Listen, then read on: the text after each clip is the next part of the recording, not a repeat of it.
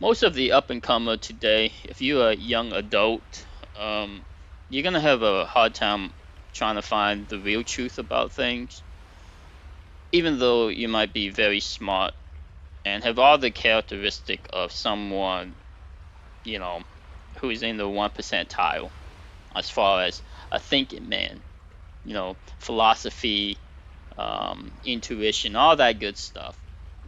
And you want to know the truth about life, and you're seeking meanings and everything, right? You have all the attributes. But the problem is, you're just too young and you haven't experienced things in life. Um, you can't see the past and you can't extrapolate into the future. And so you might explore and talk to your peers. And sometimes you might talk to other older adults, individual who, your teachers and professors and all those individuals, and they might display information that sounds like they know what they're talking about, but they really are not giving you the honest truth. And it's really hard to explain why. It's just they don't have a broad range of information to accurately tell you exactly what the real truth is. And a lot of time they don't want to tell you the real truth for the reason that truth hurts, and the truth hurts. So almost everyone who does a lecture or a presentation on TED Talks, or at a graduation, at a ceremony, all these doctorials and professors, Steve Jobs, every one of them, when they talk, they'll give a presentation. It's gonna be always on the optimistic side. It's always gonna be in a way that present, pleasing to hear. They don't want to tell you the truth because it's hard, or they don't want to say anything negative because it's hard to hear. You don't want to hear the negative. You might know that it exists, but you don't want to hear it because it's funny how when you hear something negative, it elicits a response mentally and physically. It brings you down. It changes your mood. Everything about what you might be feeling right then.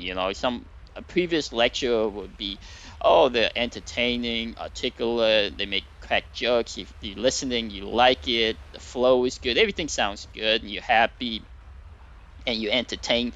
And then this next guy come up and he tells you the harsh truth about life and whatnot. And he'll say certain things, and now all of a sudden you feel, your mood is dampened. You feel bad because uh, you don't want to hear it, right?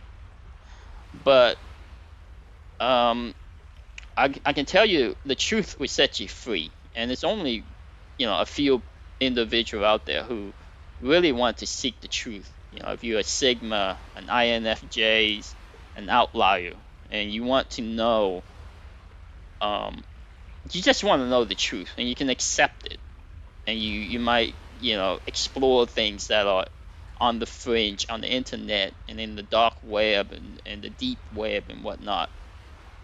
And it's like you're just curious about some of the weird and wacky things of life and out there. Um, and this is why I'm starting this. I just want to be able to give information as cleanly as possible. Okay.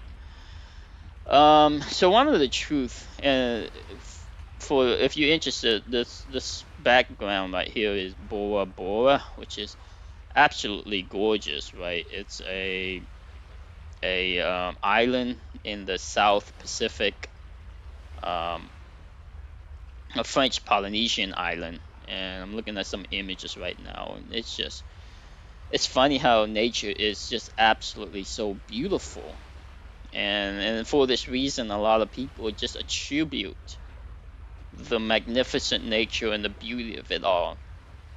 How can this be non-designed, non-created, in the sense that how can there not be a deity, a god, a higher being, a higher purpose? how can this come about? Look at this crystal clear water and this flower and the green leaves and the wind and the clouds and the beautiful backgrounds and the rolling waves, and it's just absolutely gorgeous. This has to be design. And it's easy to make that mistake, and in fact most people will make that mistake. And it's a trivial mistake to make, because obviously, 1 plus 1 equal 2. I mean, that's the case for most things. 1 plus 1 is equal to 2, right? There's such beauty and serenity, this gorgeousness, and you look at everything. Every example you look at, the sunset, the sunrise, the mountain, you can just keep looking at examples and examples. It's just so absolutely gorgeous. It has to be designed. It has to be a creator that just created this whole thing. But unfortunately, the truth hurts that this all comes about just through the evolution of time. It's just statistics, and it's almost incomprehensible, and it's difficult to grasp that the universe is 15.6 billion years and the Earth is 10.5 billion years. Billions. Those time frames are unregistered, unimaginable. There's no one alive and who has ever been alive that can comprehend that type of duration, because we only live for like 100 years at max, for the most part, right? And most of us are alive in our 20s, 30s, 40s. That's when we're at our peak, so to speak. It doesn't even register in the time scale of billions. I mean, that's not even a fraction of a fraction of a fraction. But yeah, all of this comes about just based on statistics and statistics of time. And there's this great example. I guess it's an illustration, so to speak, right? If you throw sands into the sky an infinite amount of time, eventually it will land into a configuration of a sandcastle, a beautiful sandcastle, right? Maybe some kind of architectural design that's like, absolutely, artistically, and you look at it and you say there is no way this thing can come about randomly. If you come upon it, you say, hey, look, someone must have built this castle, the sand castle. Look at the interior, look at the way it's designed, the pillars and the bricks and whatnot. Well, that is a 1 plus 1 equal 2 intuition, a simple intuition, but it is incorrect in this example because it's just statistics. This is what happens when you have infinite amount of time. And you say, well, the universe isn't infinite, right? It's 15.6 billion years. That's not an infinite amount of time. That's still started with a Big Bang, which people can say these are models that may or may not be correct. And I think within, I don't know, whatever years it might take, but I think that concept is going to be questioned. And the universe is going to be a lot longer than 15.6 billion years. Not only our current universe is longer than 15.6 billion years, but the whole concept of a perpetual universe, right? That it expand, collapse, expand, collapse. They call a harmonic universe, a perpetual universe, a reoccurring universe, whatever that is, right? If that is the case, which what I would suspect, then time is indeed infinite, and it's not 15.6 billion years, but it's indeed infinite. And we're living just in that minute period that we are alive right now, and we're peering upon such beauty and magnificent creation, and we attribute it to the creator. This has to be designed, and it may also be a simulation, a better possibility than a ultimate designer, but it's still, you know, probably not the best answer. I mean, it's 50-50 between a simulation and just randomness. And when I say randomness, I'm not saying this is just occurred out of random. It occurred out of statistics, right? Things just evolved, and that's just the way it is. Things evolved, and it comes about through the evolution of the way the universe is perpetual.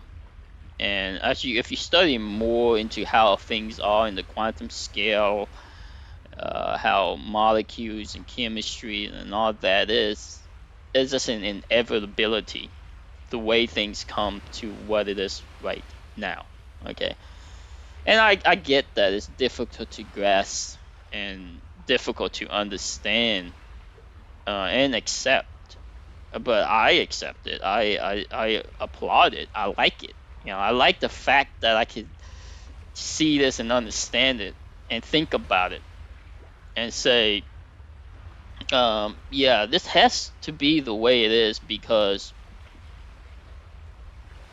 it just makes the most sense, right? And yeah, so what do we want to talk about today? Philosophy, intelligence, wisdom, intuition, knowledge. If you're a young adult growing up, you want to know the truth about any topic in life, just ask the question, um, explore it, seek it, and know that a lot of the information you get out there just based on statistics, right? Just based on statistics, most likely the information you get is going to be incorrect because more people, it's just entropy. That's just how entropy works, right? That's just how statistics work. And the motivation why you get the wrong information all the time, most of the time, is because people, they want to comprehend the truth.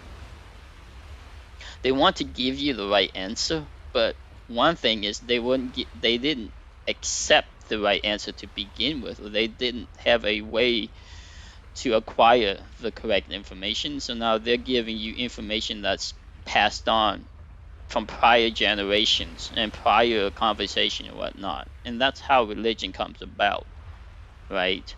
You think about it, that's just the way it just spread from generation to generation, and just false informations are now given and you accept it to be the truth. And I don't know what the percentage of individuals who are like accept religion as a fact.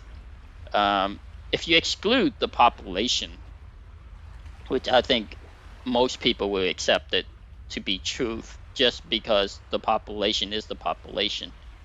Now, if you neglect the population and you just acquired the top individual as far as the one that are the most intelligent, knowledgeable, open-minded, and open to seeing the truth, I think it's still 50-50. Yeah, that is a high percentage, right?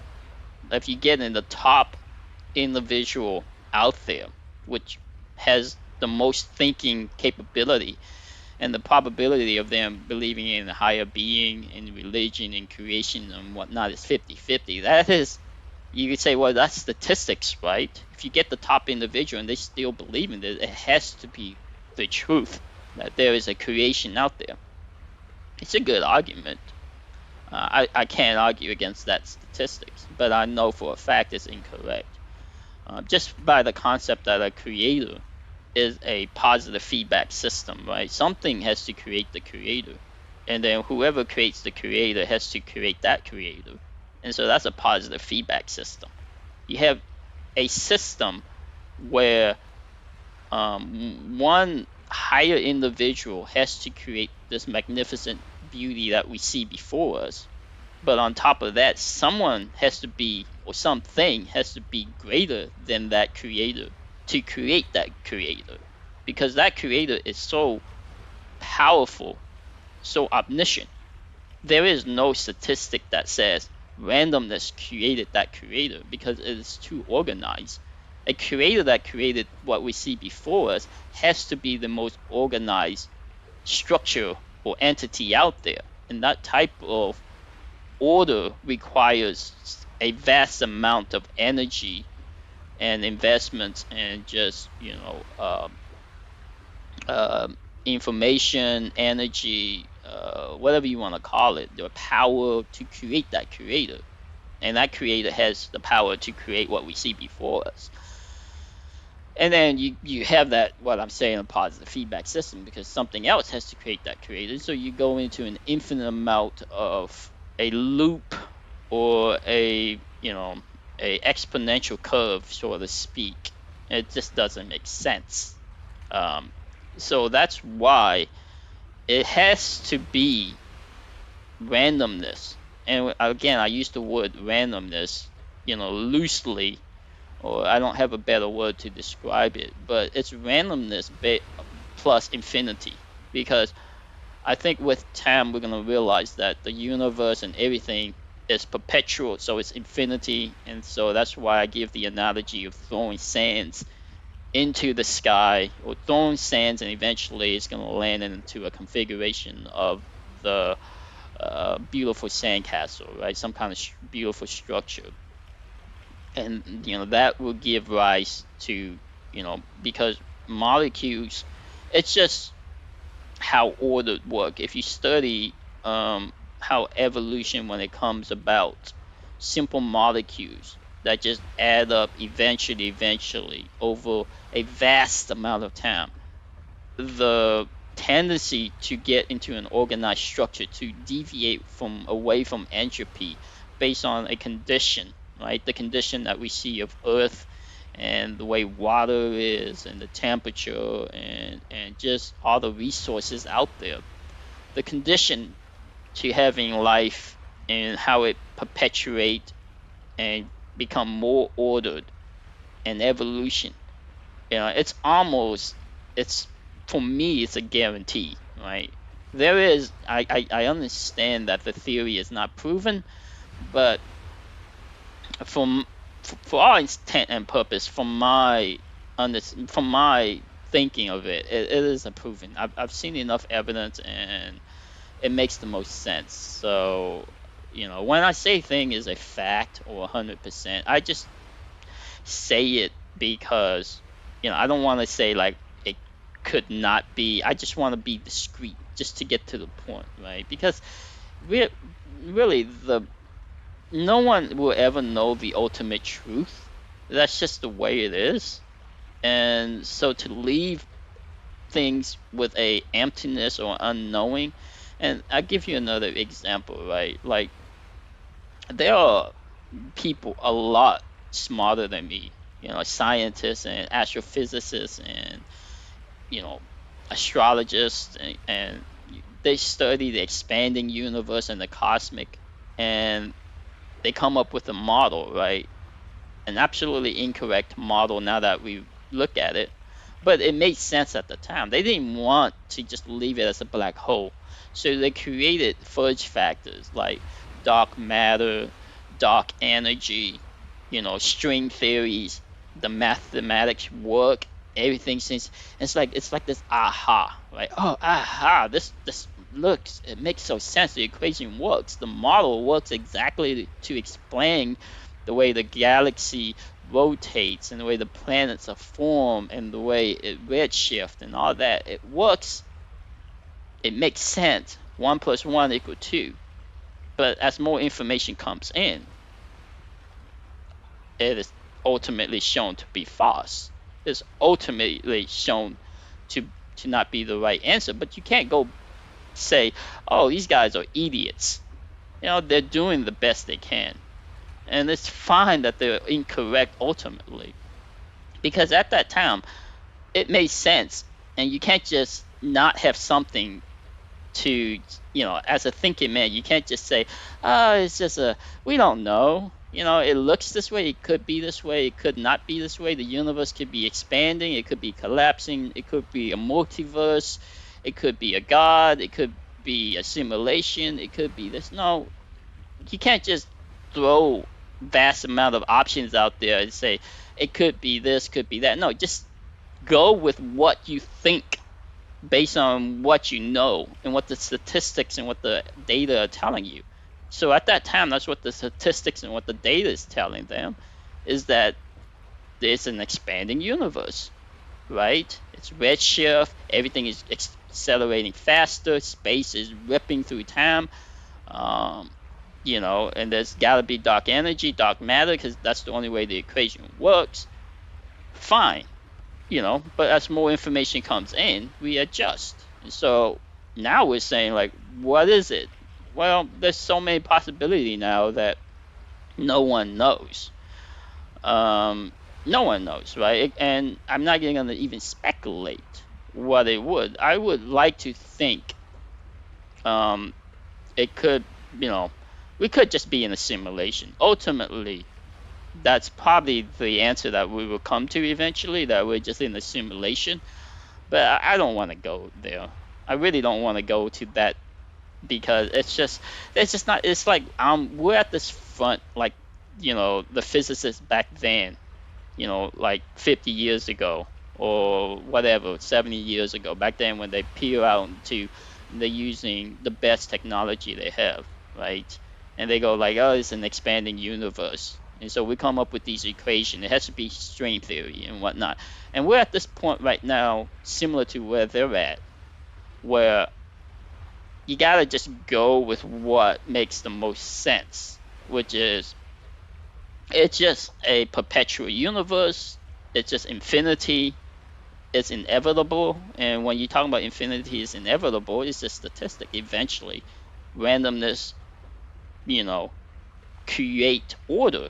That's just, there's a law with that. There's equation that shows that. And that's just the way, and I'm not going to look it up and try to explain it. But that is a fact, that infinity leads to things, what you see right now. But in the future, probably, I don't know, 50 years from now, we probably look back and say, yeah, that was a silly assumption. We're obviously in a simulation. Look at this data. Look at the way the quantum scale works. Look how lights go back in time, and how, it renders when you measure a particle.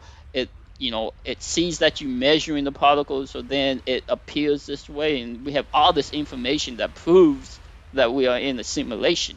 It's just too much information. I say, yeah, we're in a simulation. That's fine. That's fine that we have that information 50 years from now, but you can't just assume that information will come right now. So you just go with the best of what you have. And so when you're right now as a young adult, you're trying to seek information and knowledge and directions and whatnot, right? It's no one will know the answer to. Everybody will see things differently, and that's just, again, statistics, right? Everyone's are built differently, how they perceive things. But if you're a thinking individual, you gotta understand that the truth is the truth, but sometimes you don't want the truth, right? For the fact that it does hinder you. If you seek the truth, and then you go like, oh man, what's the point? What is the point, really? Because you see all this inevitability of what it is. Then you just stuck. Like, you go like, I'm just wasting my time. I'm just wasting, there is no purpose, and that is really the reason why most people give you false information. Because there's the saying, like, the end justify the mean. Like, why tell someone the truth when it doesn't serve them the purpose, or it doesn't help them ultimately, right? If you accept the truth, if you learn out the truth, and you say like, oh, there's no heaven, there's no hell, it's just randomness. Look at all these examples of species. I like a warthog, right? A wild pigs, for example. Most people don't even realize that warthogs, like 90 to 95% of them will suffer a torturous ending to their life. Like they're just built. Their lifespan is 7 to 11 years, but most of them, as they get older, will be slower. Will and you know they're just going to get hunted down by. It's just statistics. Eventually, they're gonna get dug up by a pack of wild dogs in the Serengeti, and they're gonna get eaten alive, which is probably one of the worst torture of anything you can think of, getting eaten alive. And they don't, wild dogs, they don't attack the front, so they don't try to kill you by suffocation like lions or whatnot. They'll attack you from behind to avoid getting damaged by the tusk of the warthogs. And so every warthogs feel a tremendous amount of pain, a torturous ending to their life. It's meaningless to even be a warthog, because whatever life you have, ultimately you suffer so astronomical that whatever pleasure you get from living doesn't even worth what you end in your ultimate death. And once you end, that's it. That's your life. You don't go to heaven. You don't go to hell. No one thinks that a warthog is going to heaven, going to hell, or whatever, right? That's just religion. And if you extrapolate that to human, that's difficult to accept. Very difficult to accept, and it will hinder you in whatever direction you want to go in life. And so, for that reason, most people will not, or most adults or intelligent individuals, role model, all the professors and doctors and scholars and whatnot, they don't want to tell you the truth. They don't, because again, they might not even want to accept the truth themselves. They have a hard time accepting the truth themselves. And B, people for some reason gravitate to optimism. I'm not sure why that is. But if you are a truth seeker, if you want to know the truth like I do, I really don't care if it's optimistic or pessimistic. I just only care about the right answer in life. And a lot of people say that's cold-hearted, right? Why don't you gravitate toward like desserts and the pleasure and the funness and all that thing? Why are you seeking the things that are discomforting, things that aren't really you know helpful in your life? Because I'm a truth seeker. I am a truth seeker, and I don't care. I know that desserts are harmful for you, so I minimize my intake of desserts, right? I know it tastes good, and all the pleasures of life and whatnot, I try to minimize that to the best of my ability, for the sake that I know it's hurt me through my lifestyle or my belief system, right? So I'll minimize it, right? I don't drink, right? I do drink socially, but I don't drink and I stay away from processed meat. Not because I don't like it, but because I know the truth of it. So I just, and that is the way. Eh, I'm not gonna sit here and tell you what you should do or what you shouldn't do, but if you are a thinking person, you're gonna have to make decision ultimately on whether you want the truth or you want some kind of alternate perception of the truth, so that you can progress in the culture and the society that we live right now. Okay. And so I'm at a point in this discussion, so to speak, where I don't know if I want to continue on, rambling, so to speak, or this type of conversation. But we'll talk about a little bit about definition. Like statistically, only 1%, 1 out of 100 people are like intelligent, right? And then there's individuals that are like super, super intelligent that unfortunately, we will never get to meet those individuals because they they just don't want to expose themselves. They're busy with their lives. They have objective and goals and whatnot, and they don't want to explore. They're just busy, right? They're laser focused on whatever they're trying to accomplish. And those super intelligent individuals, they're not going to go on YouTube or on a podcast and try to give you information that I want to hear. Even like the top physicists that you hear on YouTube, they're smart, but they're not even close to the intelligence of some of the individuals out there that I've seen. Um, but those individuals, unfortunately, we just don't get to meet, and more often than not, they're just not going to have a voice, or they don't want a voice for the reason that I mentioned, right? So it is what it is, right? So we'll just explore things to the best of our capability, right? So 1%, those are gonna be the one that can think and can comprehend, higher thoughts, right? Philosophies and wisdoms and information that are difficult, and you can explore it really into depth, right? So the conversation, the topic, now, how do you measure intelligence, right? What is intelligence? What is wisdom? What is intuition? What is knowledge, right? The, it's difficult to define them to the best of my ability because, A, I'm not as smart as, I'm smart, but I'm not as smart as some of the smartest individuals out there. So I'm just gonna do the best to my ability, right? And the most easiest thing is knowledge. Uh, and even then, it's not easy to explain, right? Because knowledge is information that comes into your brain, right? It's what you know, it's data.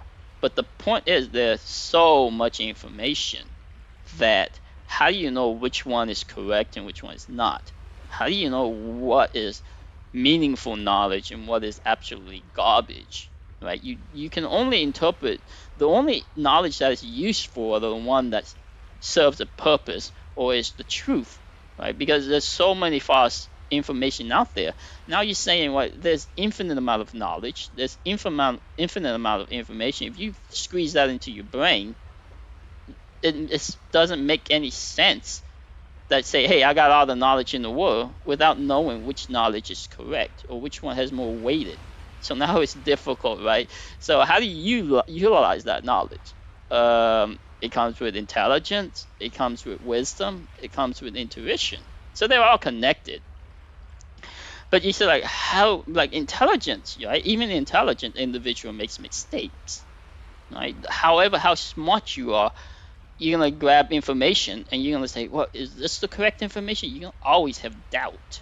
If you're really, really intelligent, you're gonna realize that every information out there, there's always a potential that it may be incorrect. We see that all the time. Some of the most concrete fact, even Sir Isaac Newton, the most concrete fact out there, eventually gets proven to be incorrect. Right? Einstein proved it. Right? Einstein proved the relativity in time and whatnot. It's so elegant, and I think that's probably 99% of the truth. Close enough, right? We, yeah, we can't get to 100%. Eventually, maybe we get to 100%. Maybe eventually we show that it is a simulation, and so these extra, equation that comes with Einstein theory, does it really make a difference? Probably, it's so insignificant, right? So Einstein is 90, that complicated theory and everything that he developed is 99% of the truth. That's pretty damn close, right? And so that type of knowledge is powerful. It has weight because we know it's the truth. But then there's other knowledge out there and information that may or may not be true, and your interpretation of it and your analytical ability to grab that information and say, hey, this is the truth, or maybe the truth, that's gonna be difficult because no matter how smart you are, no matter how wise and intuitions and all this good stuff, you are going to make mistake. That is just statistics. It's just statistics. But the aggregate is what's important. Knowing that you make mistake is okay, as long as you accept that and you understand that the aggregate, that if you test yourself and you see results that validates that more often than not, statistically, you are correct more often than not, then you know that your intelligence is higher than other individuals, right? Because you have data and examples and validation over the course of time. Statistics ultimately tells you the answer to everything in life. Your opinion is meaningless, but the aggregate opinions of most people may or may not be correct, but the aggregate opinions of the highly intelligent individual more likely is correct, right? There's always going to be exception. Like I talk about religion, right? You get the aggregate opinion of most intelligent individual, it's still going to be 50-50. And you say that doesn't make any sense. Why would it be 50-50? Why is human being, because there's a flaw in human being. It's just, it's, yes, they are very intelligent. They can be super, super intelligent, but they're still human being. They still have habituation. They still were born from a womb and was raised from a child, and so it has influence. And so they ultimately going to want to gravitate to this designer concept of a higher being and God and whatever you want to call it. And so you get the statistics of the highest intelligent individual, and it comes out 50-50. And you say, well, that's proof. Statistics don't lie. That's proof that most people, that there's going to be a creator. No, it's just bad math, or I don't know what the right word for it. It's just flawed math, right? Flawed comprehension, and that's what you see in a lot of studies. A lot of studies you see, like studies with association. They call it cohort studies, right? Vast amount of information, vast amount of statistics, thousands of individuals over decades. But fundamentally, that study is incorrect because of bad statistics or bad math, or flawed math, so to speak. And I'm not going to go into examples, but like meat, or diabetes. And then there's objectives, right?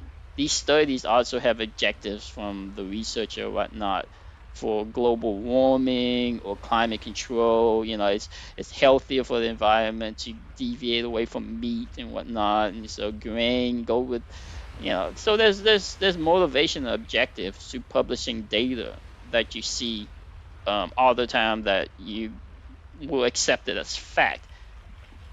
And that goes across the board. Most people will get bad information, bad knowledge, and their intelligence are high, but they don't understand that just because their intelligence are high doesn't mean that, they, just because your intelligence is high and then you take something as a fact because the data says it, because you're so technical and so scientific, and you say, well, if I'm intelligent and these other individuals are intelligent and they say one thing, it has to be the truth. No, that's just not how things work in life, right? Or just how, that's just not how things are.